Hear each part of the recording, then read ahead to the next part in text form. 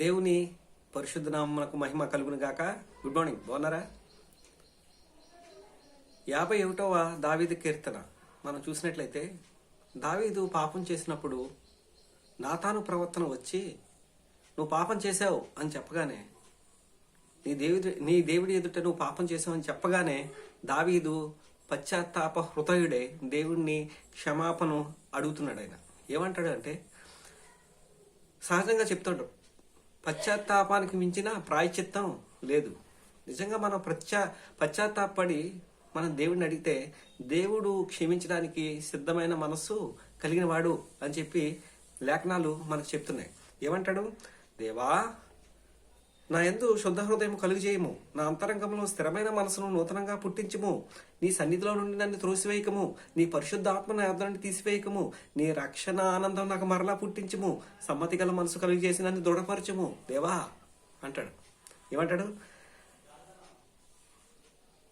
నా యందు శుద్ధ హృదయము, ప్యూర్ హార్ట్, ప్యూరిటీ అంటే శుద్ధ హృదయము కలుగు చేయము.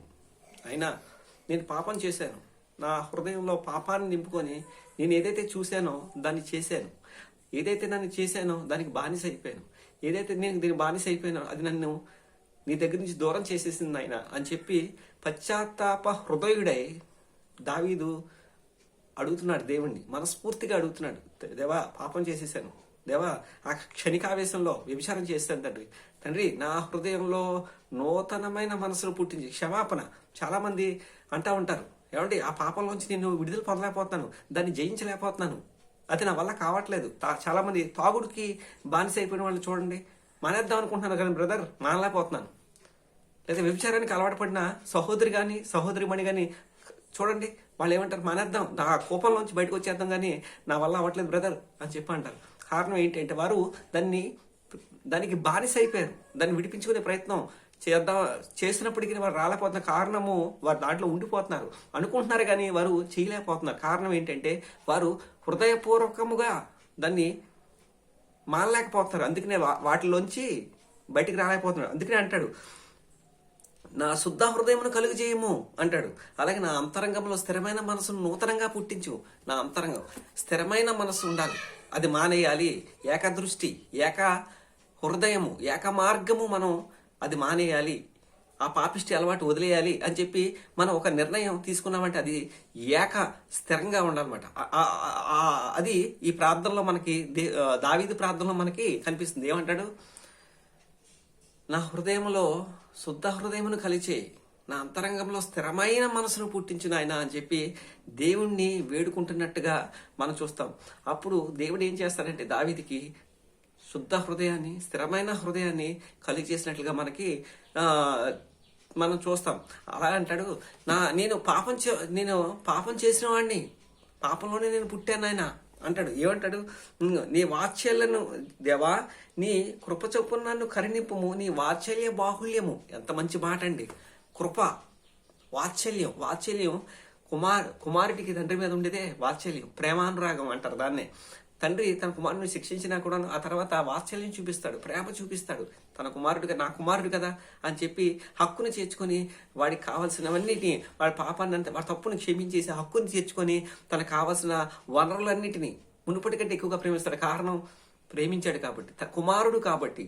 అలాగే తండ్రికి కుమారుడికి ఏ విధంగా ప్రేమిస్తాడో, ఏ విధంగా క్షమిస్తాడో, ఏ విధంగా అనురాగాన్ని చూపిస్తాడో, అలాగే మన దేవుడు మన ఎడల అనురాగాన్ని, మన ఎడల కృపను చూపించడానికి సమర్థుడు ఆయన.